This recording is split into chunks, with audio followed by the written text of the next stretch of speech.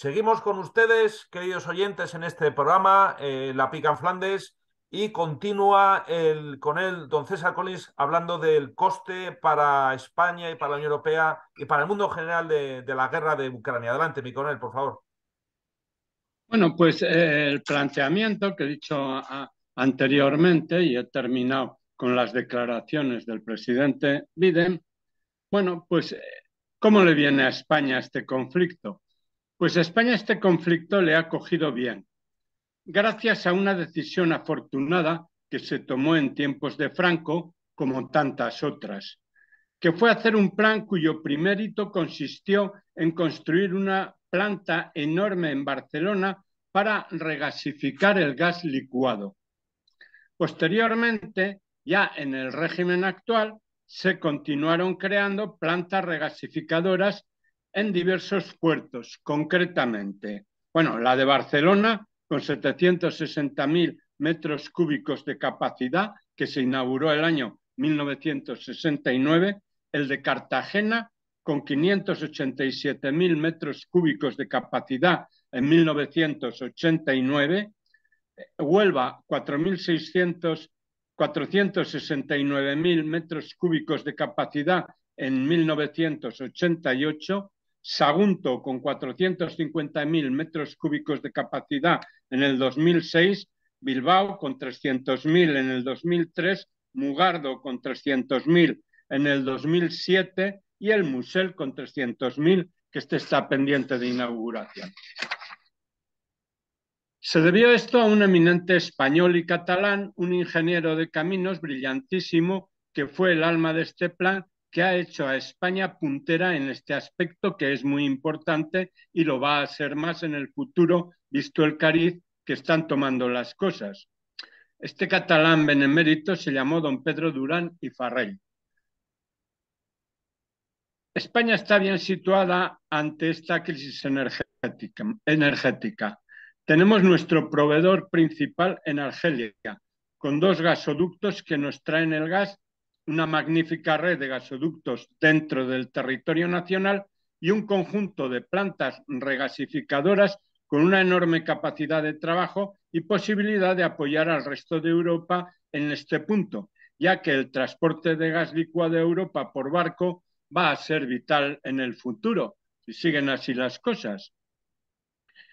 Eso sí, el calamitoso gobierno actual no lo estropea. Ya ha procurado estropearlo, reconociendo en un momento muy inoportuno la pertenencia del Sáhara español a Marruecos y trayéndose aquí al Gali en una operación absurda. Lo primero nos enemistó con Argelia, que dejó de considerarnos cliente preferente y nos ha encarecido el gas. Y lo segundo, con Marruecos. Esperemos que este gobierno pase pronto y vuelva a la sensatez a la gobernación del Estado. Esto es lo que quería comentar. Muchísimas gracias, mi coronel, por apuntar precisamente a ese desarrollo, digamos, de gas licuado por parte de España que nos ha colocado en una situación al menos desahogada a ese respecto. El teniente general quería comentar algo. Adelante, mi teniente general. No, de lo que hemos hablado de Ucrania, pues yo me mojo y me arriesgo a decir que desde luego no veo que ni la guerra esté definida ni ganada por ninguna de las partes. Está todo, como ha dicho el general Fontela, está todo ahora mismo muy indefinido debido, primero, a ese alargamiento del conflicto que puede ser de muchos meses y a la estacionalidad. Están llegando el invierno y nos encontramos en una situación para los combates y para la guerra, que ya conocemos por la historia, muy complicada en la zona. Por lo tanto, no hay nada definido, nadie puede apuntarse a ganador y todos los problemas que eso lleva, primero el alargamiento de la guerra y segundo, el a ver quién se lleva el gato al agua, nos puede complicar mucho como tanto en bien como en mal. Y no olvidar que las fronteras o los límites de la OTAN no están solamente en Oriente, sino también en el sur, que nos afecta bastante más de lo que creemos. Nada más. Muchísimas gracias, mi teniente general. ¿Algún comentario adicional a lo dicho? Ok, pues nada, pasamos, muchas gracias, mi teniente general, por esta puntualización. Pasamos ya a la última parte, tenemos por delante aproximadamente un cuarto de hora, así que don Fernando Platón nos va a ilustrar al respecto de la posición militar en la que está ahora mismo la Unión Europea. Adelante, don Fernando, por favor. Bueno, en la situación actual en que tenemos una guerra en las puertas de la Unión Europea, pues conocemos mucho el tema, digamos, de la OTAN, de la defensa en base a la OTAN, y muchas veces nos olvidamos de que también en la Unión Europea también existe una política y existen temas de defensa en la Unión Europea.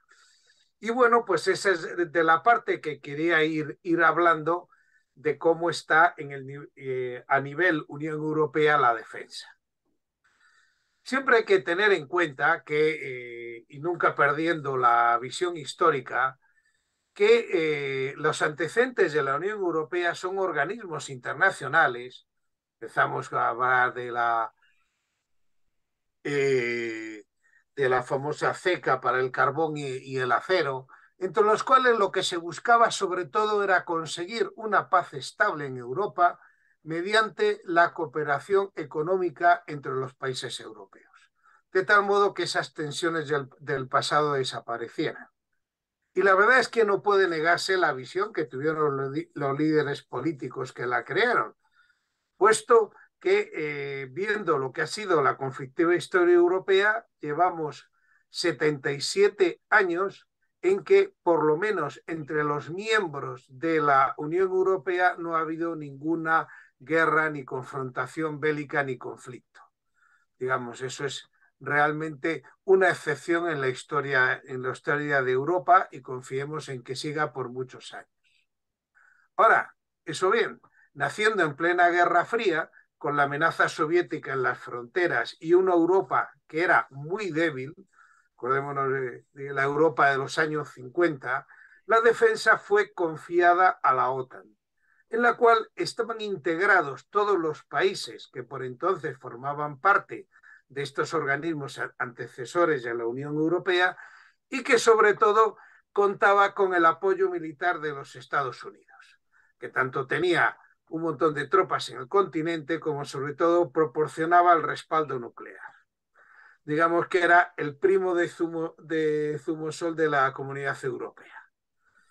Y como la agresión a cualquier país de la alianza obligaba a la defensa del mismo por todos sus miembros, los países europeos se consideraban adecuadamente protegidos, además de desarrollar unas fuerzas armadas que por entonces eran importantes, los ejércitos europeos, que les permitieran actuar eficazmente en la defensa del marco de la OTAN.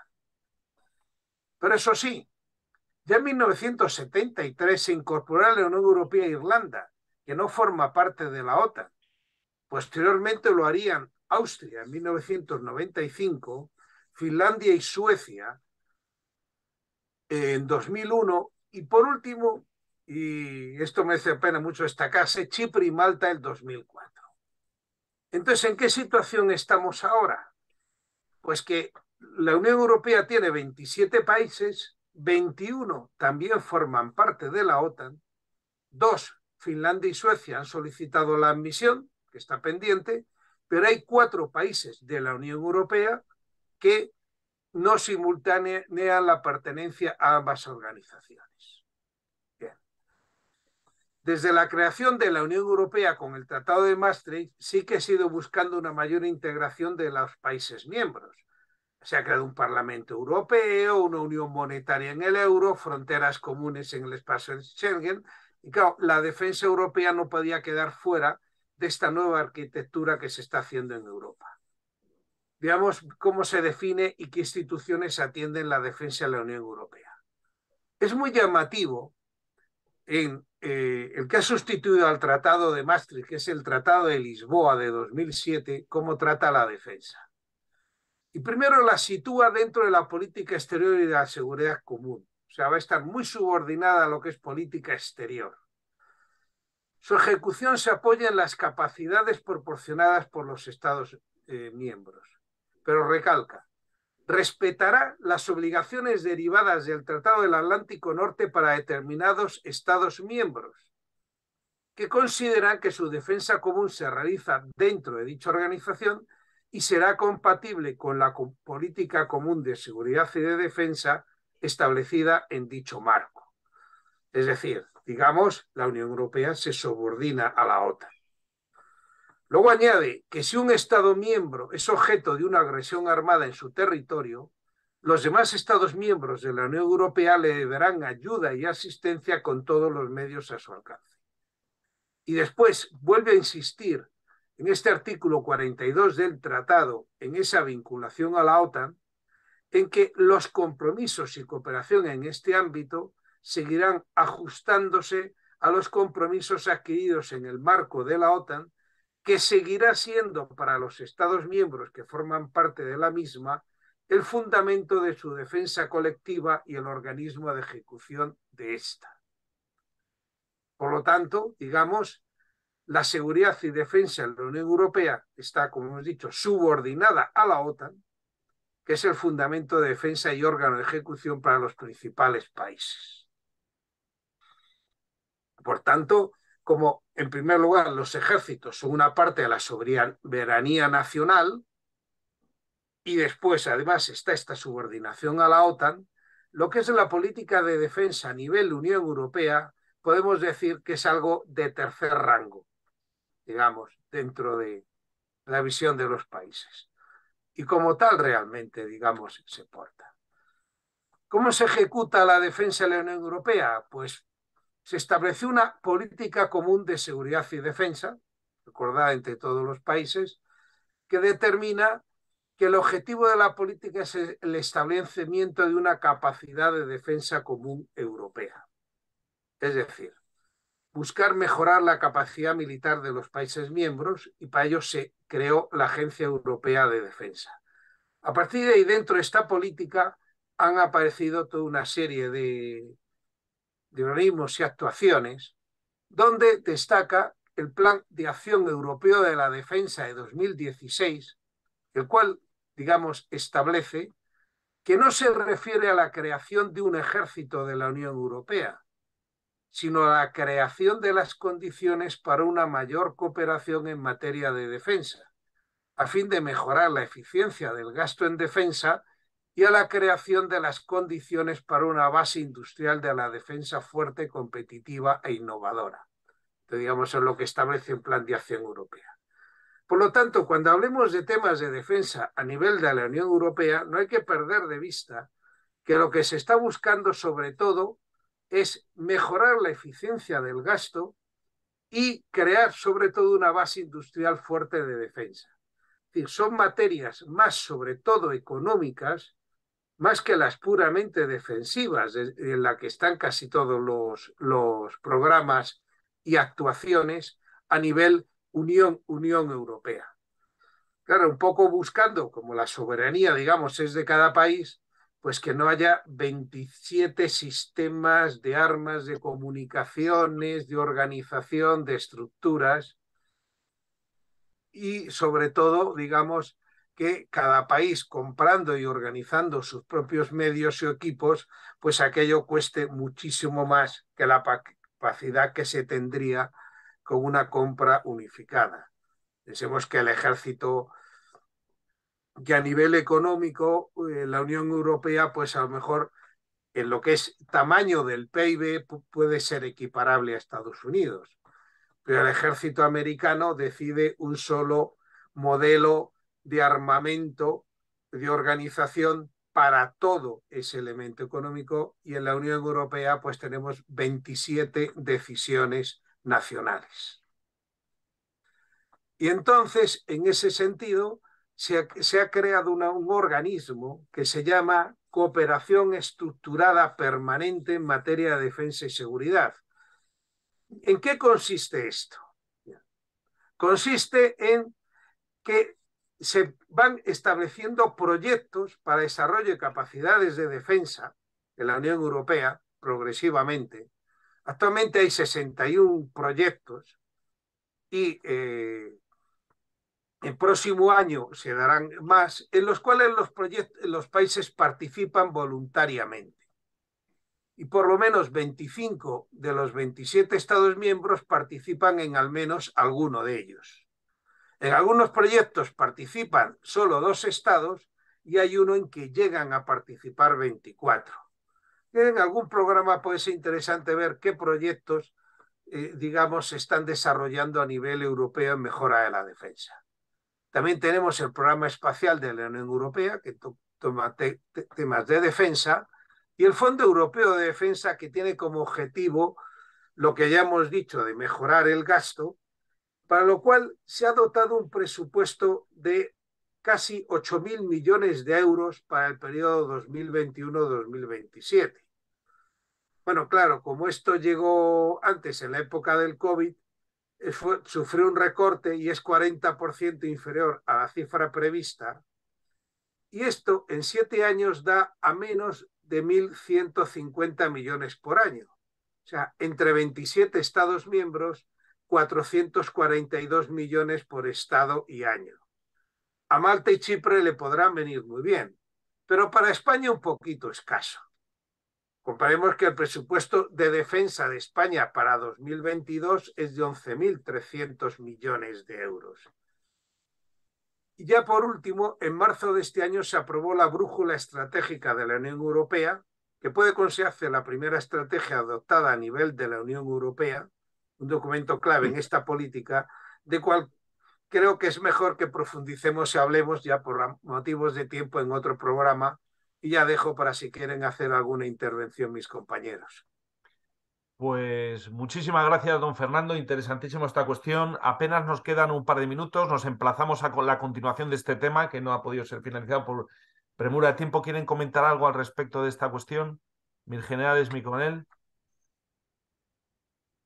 Bueno, el tema de la Unión Europea es muy burocrático. Está lleno de proyectos, de escrituras, de intenciones, pero ya hemos visto que tanto la política exterior como la política de seguridad y defensa no pasan de ahí. Es una situación francamente complicada. No llega a estructurarse en una unidad política. Se sigue en la pelea de que quiere absorber la soberanía nacional de los países soberanos y cada país soberano tiene sus intereses. Y dentro de esos programas económicos, sobre todo económicos, porque la Unión Europea tiene un espíritu económico, pues hay muchos países que están comprando a Estados Unidos armamento, independientemente. Y hay muchos países que se meten en un proyecto y después los dejan colgados de la brocha a los otros que han entrado, y entonces se queda cojo ese programa y no acaba de terminarse cuando se ha hecho una inversión previa. En fin, yo tengo poca fe en ese aspecto mientras esto no cambie. Y por otro lado, Estados Unidos, desde mi punto de vista, vuelvo a hablar personalmente, le viene muy bien el tener aquí en la avanzada, igual que hablábamos antes del río, pues ellos tienen el Atlántico. Cualquier teatro conflictivo que se organice nunca ha sido en territorio estadounidense. Ellos han venido a Europa y en Europa se han quedado y en Europa nos hemos dado de tortas hasta el final, pero a la orilla occidental de Estados Unidos no ha llegado nunca el enemigo, salvo lo de las Torres Gemelas. Pero bueno, eso es así. Le viene muy bien a los Estados Unidos esa situación europea, y seguir siendo el primo de Zumosol. Ahí queda dicho, nos hemos quedado fuera de tiempo. Simplemente recordar esa expedición de Pancho Villa, llamado también el Centauro del Norte, cómo entró en Texas y arrasó una ciudad yanqui, ¿no? O sea que realmente nos queda ese testimonio, ¿no? del gran Pancho Villa. Dicho lo cual, muchísimas gracias, interesantísimo el programa. les emplazamos, queridos oyentes, a que sigan con nosotros y difundan, por favor, digamos, estos podcasts y estos programas. Muchísimas gracias y muy buenas tardes a todos. Nos escuchamos la próxima semana.